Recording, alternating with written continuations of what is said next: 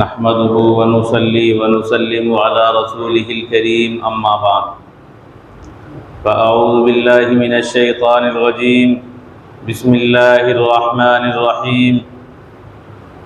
إن الذين قالوا ربنا الله ثم استقاموا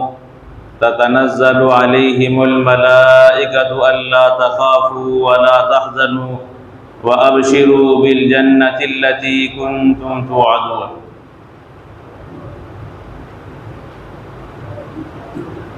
صدق اللہ العظیم۔ مذکورہ آیت کریمہ کے تعلق سے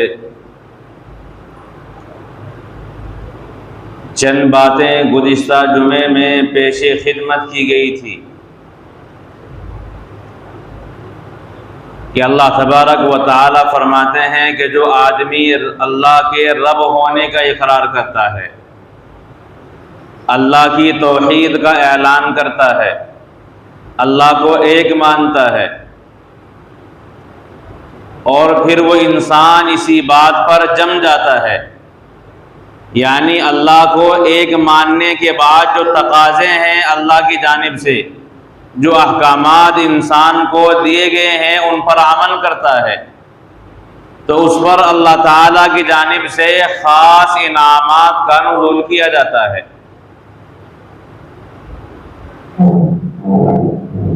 آدمی نماز پڑھے تو مستقل پڑھے،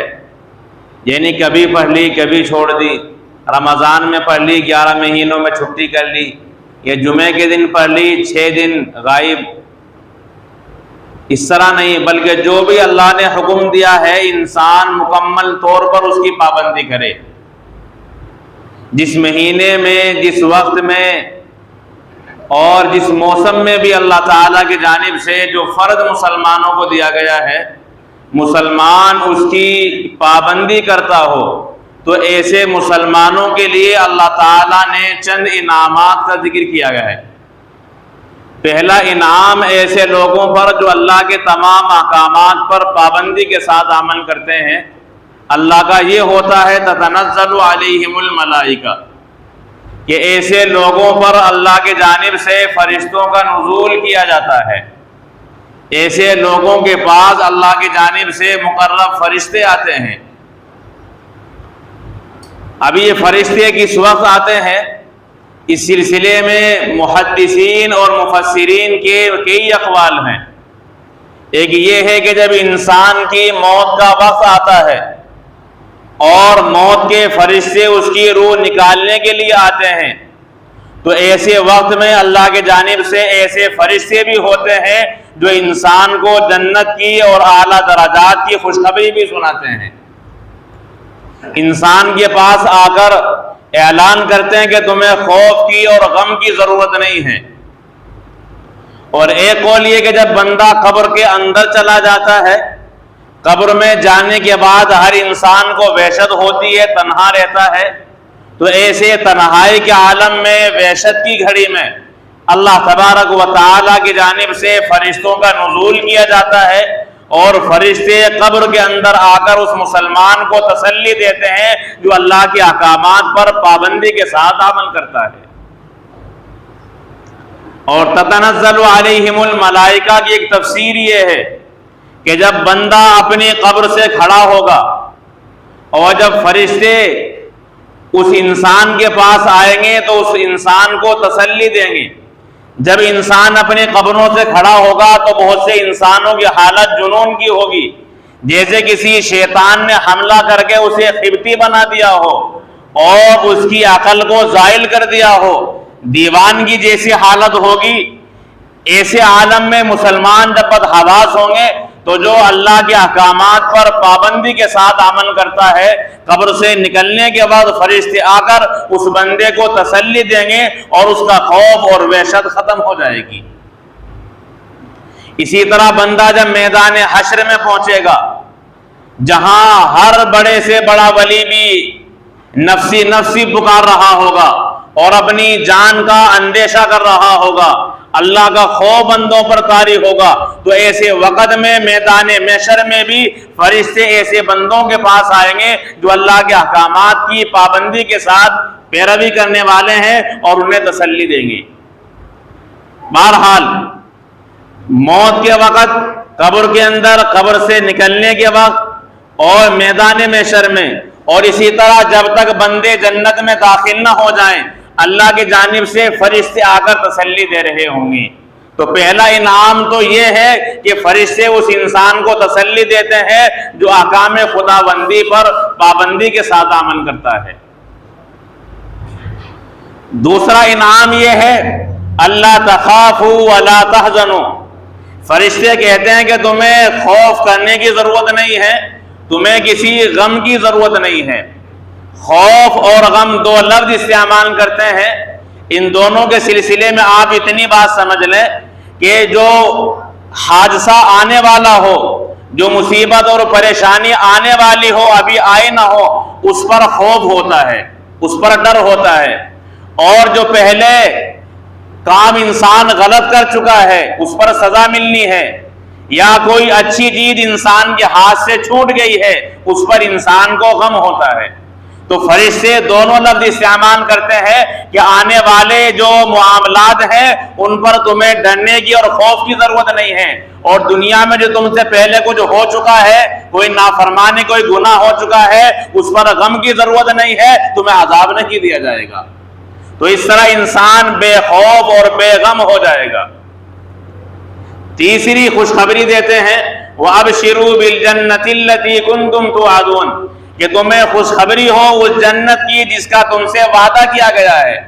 اللہ تعالیٰ نے ہر ایمان والے سے جنت کا وعدہ کیا ہے، تو یہ جنت کے وعدے کی خوشخبری فرشتے جب انسان کے پاس آتے ہیں وہ جنت کی خوشخبری سناتے ہیں، انسان سے جہنم کا خوف زائل ہو جاتا ہے اور انسان خوش ہو جاتا ہے جنت کی بشارت سن کر۔ آگے فرشتے کہتے ہیں نحن اولیاؤکم فی الحیات الدنیا وفی الآخرہ، کہ ہم تمہارے ولی اور تمہارے دوست ہیں دنیاوی زندگی میں بھی اور آخرت والی زندگی میں بھی۔ دنیا میں بھی فرشتے انسانوں کے دوست ہوتے ہیں کہ ہر انسان کے پاس اللہ کے جانب سے نگراں فرشتے موجود ہیں جو انسان کی حفاظت کرتے ہیں۔ اگر انسان کے ساتھ فرشتے موجود نہ ہو اور بندے کی حفاظت نہ کی جاتی تو جنات و شیاطین بندے کو اچک کر لے جاتے اور پھر پتہ بھی نہ ہوتا کہ انسان کو وہ کہاں لے کر چلے گئے ہیں۔ اللہ کے جانب سے فرشتے انسان کے ساتھ لگائے گئے ہیں جو جنات و شیاطین وغیرہ سے انسانوں کی حفاظت کرتے ہیں اور بندہ ان کی حفاظت کے اندر رہتا ہے۔ تو اسی بات کا فرشتے اظہار کرتے ہیں کہ ہم دنیا میں بھی تمہارے دوست ہیں وفی الآخرہ، اور اب آخرت میں بھی تمہارے دوست ہیں کہ تمہیں تسلی دے رہے ہیں اور تمہارا خوف اور غم زائل کر رہے ہیں۔ وَلَكُمْ فِيهَا مَا تَشْتَهِي أَنفُسُكُمْ وَلَكُمْ فِيهَا مَا تَدَّعُونَ، اور پھر اللہ کے جانب سے یہ اعلان بھی کیا جائے گا کہ تمہارے لیے جو جنت کی خوشخبری دی گئی ہے وہ جنت کوئی معمولی شے نہیں ہے، بلکہ تمہارے لیے جنت کے اندر ہر وہ شے موجود ہے جو تمہارا دل چاہے گا، اور جو بھی کچھ تم سوال کرو گے، جو بھی مانگو گے، بندہ جو مانگے گا وہ بھی دیا جائے گا، اور بندے کے دل میں جو تمنا پیدا ہوگی بغیر مانگے صرف تمنا کرنے پر، دل میں خیال آنے پر بھی بندے کی آرزو کو پورا کیا جائے گا۔ دنیا میں بڑے سے بڑا بادشاہ ہو، ہفتے اقلیم کی بادشاہت کسی کو نصیب ہو جائے، لیکن بندے کی ہر خواہش پوری نہیں ہو سکتی۔ دنیا کو اللہ تعالیٰ نے تمام خواہشات کے پورا کرنے کی جگہ بنایا ہی نہیں ہے، یہ ایسا مقام اور ایسی جگہ ہے ہی نہیں ہے کہ بندے کی ہر تمنا پوری ہو جائے۔ اس لیے کہ الدنیا سجن المؤمن و جنت الکافر، دنیا ایمان والے کے لیے قید خانہ اور کافر کے لیے جنت بنائی گئی ہے۔ تو کہ ایمان والا کتنے بھی عیش و آرام میں رہے، جنت کے مقابلے پر اس کی کوئی حیثیت نہیں ہے۔ تو جنت اللہ تعالیٰ نے ایسی بنائی ہے کہ جو بندہ دل میں تمنا کرے گا وہ تمام چیزیں پوری کر دی جائے گی۔ اور پھر رسول اکرم صلی اللہ تعالیٰ علیہ وسلم نے اس سلسلے میں چند روایات بھی بیان فرمائی ہیں جن سے پتہ چلتا ہے کہ جنت کی خواہش کو کس طریقے سے پورا کیا جائے گا۔ رسول اکرم صلی اللہ علیہ وسلم فرماتے ہیں کہ جنت کے اندر پرندہ اڑ رہا ہوگا اور جنتی کے دل میں خیال آئے گا کاش میں اس پرندے کا گوشت کھاتا. ابھی اس نے اپنی زبان پر الفاظ استعمال بھی نہیں کیے ہوں گے، مانگا بھی نہیں ہوگا، صرف اس پرندے کو دیکھ کر دل میں کھانے کی تمنا پیدا ہوئی ہوگی. رسول اکرم علیہ السلام فرماتے وہ پرندہ جو بختی اونٹ کی طرح بڑا ہوگا، یا چڑیا کی طرح یا کبوتر کی طرح نہیں ہوگا، جس طرح بڑے اونٹ ہوتے ہیں اس طرح بڑے اونٹ کی طرح وہ پرندہ ہوگا، اور وہ بھون کر انسان کے سامنے آ جائے گا، اور اس کو جو بھونا گیا ہے اس پر نہ دھواں لگا ہوگا اور نہ کسی آگ نے اسے چھوا ہوگا. بس قدرتی طور پر دنیا میں آپ لاکھ کوشش کریں، بغیر آگ کے آپ کسی چیز کو بھون نہیں سکتے، اسے پکا نہیں سکتے، لیکن وہ پرندہ بھون کر کے آئے گا، اس پر آگ بھی نہیں لگی ہوگی اور اس پر دھواں بھی نہیں لگا ہوگا. اس طریقے سے وہ پرندہ آپ کے سامنے آئے گا. دسترخوان سے بندہ جب اسے استعمال کر لے گا، استعمال ہو جانے کے بعد پھر اڑ جائے گا، اسی لیے کہ جنت کی کسی نعمت کو زوال نہیں ہے، وہ ہمیشہ کے لیے ہے جو اللہ تعالی جنتی کو عطا فرماتے ہیں. ایسے ہی رسول اکرم صلی اللہ علیہ وسلم فرماتے ہیں کہ کسی انسان کے دل میں تمنا پیدا ہوگی اولاد کی تو ایک ہی ساتھ ایک ہی گھڑی میں حمل بھی ہو جائے گا، بچے کی ولادت بھی ہو جائے گی، دودھ چھڑانا بھی اور پھر بچے کا جوان ہونا بھی ایک گھڑی اور ایک ساتھ کے اندر ہو جائے گا. وہاں لمبا انتظار نہیں کرنا پڑے گا کہ 9 مہینے تک حمل کا انتظار ہو، پھر 2 سال تک اس کے دودھ کا انتظام کیا جائے اور پھر 20 سال اس کی جوانی کا انتظام. ایسا نہیں ہوگا، یہ تمام کے تمام معاملات ایک گھڑی میں انجام پا جائیں گے. اس طریقے سے اللہ تعالیٰ جنتی کی ہر خواہش کو پورا کریں گے. اور رسول اکرم صلی اللہ تعالی علیہ وسلم فرماتے ہیں کہ کسی انسان کا دل کھیتی کو چاہے گا. دنیا میں انسان کی الگ الگ خواہشیں ہیں. حضرت تھانوی نور اللہ مرقدہ سے ایک بندے نے سوال کیا کہ حضرت جنت کے اندر انسان کو ہر چیز ملے گی جو بھی انسان چاہے گا، کیا جنت کے اندر حقہ بھی ملے گا پینے کے لیے؟ تو جیسی انسان کی عادت ہوتی ہے اسے ایسے ہی سوال کی سوچتی ہے. بہرحال مزاحیہ معاملہ تھا،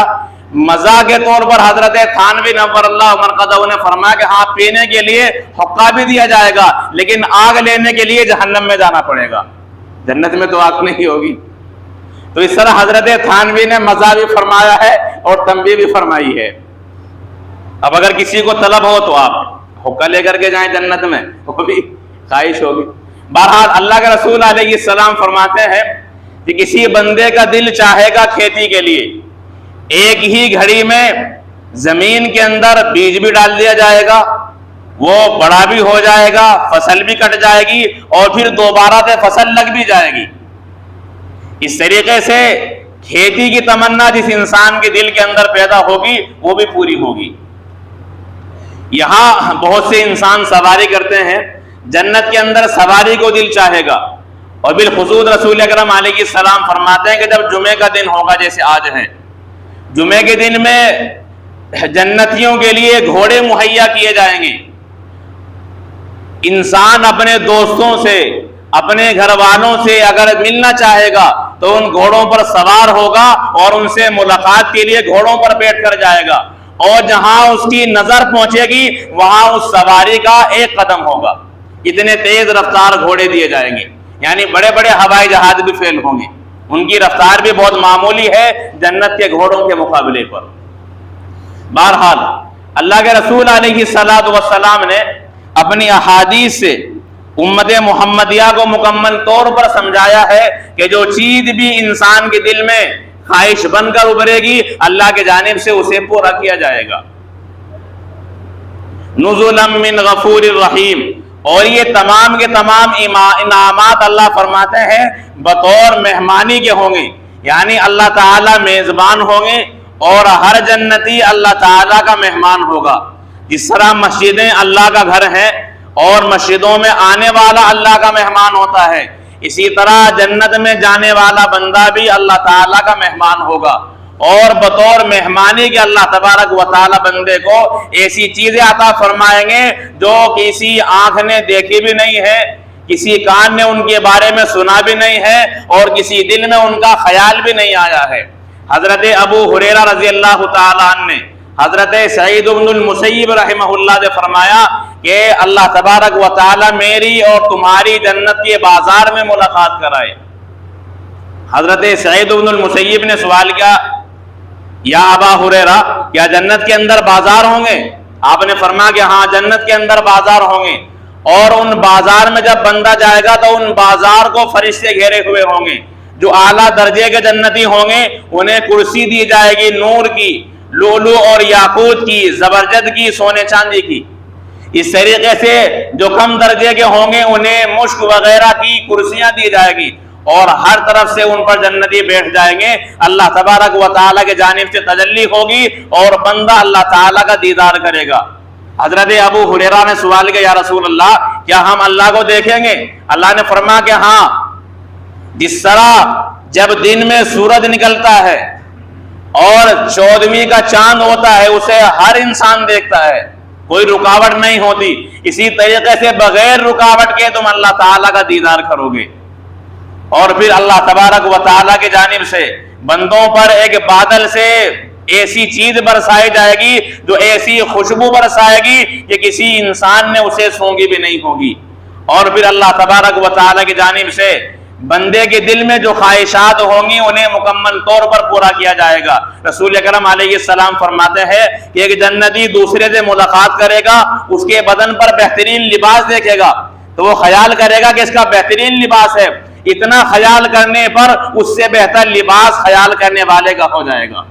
تو ہر خواہش اللہ تعالیٰ اعلیٰ درجے کے طور پر انسان کی مہیا فرمائیں گے اور انسان کی خواہشات کی تکمیل کی جائے گی۔ مگر یہ تمام کے تمام وعدے اور یہ تمام جنت کی نعمتوں کے احسانات کے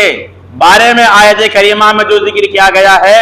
اس کی پہلے ہی اللہ تعالیٰ نے تفصیل بیان فرما دی کہ یہ تمام انعامات ان لوگوں کے لیے ہیں جو اللہ تعالیٰ کو اپنا رب مانتے ہیں، اور پھر رب کے جو تقاضے ہیں، رب نے جو بندوں کو احکامات دیے ہیں پابندی کے ساتھ ان پر عمل کرتے ہیں۔ اسی لیے آپ حضرات نے جس طرح رمضان میں پابندی کے ساتھ اعمال کیے ہیں، تلاوت کی ہے، نمازوں کی پابندی کی ہے، ان تمام انعامات کو حاصل کرنے کے لیے رمضان کی طرح آپ پابندی کریں۔ رمضان جانے کے بعد ہماری نماز رخصت ہو گئی، بہت ہی افسوس کا مقام ہے، ہمارے حالات بہت خراب ہیں۔ ایسے حالات میں اگر ہم نے مسجدوں کو آباد کر کے اللہ کو راضی نہ کیا تو اس سے زیادہ حالات کے بدتر ہونے کا اندیشہ ہے۔ اللہ ہماری حفاظت فرمائے۔ اس لیے رمضان کی طرح آپ نمازوں کی مکمل پابندی کریں اور تلاوت کا معمول بھی اسی طریقے پر رکھیں جس طرح رمضان المبارک کے اندر تھا، نوافل کا اہتمام بھی اسی طریقے پر کیا جائے۔ اسی لیے کہ کبھی چھوڑ دیا کبھی کر لیا اس پر اللہ کا انعام نہیں ہے،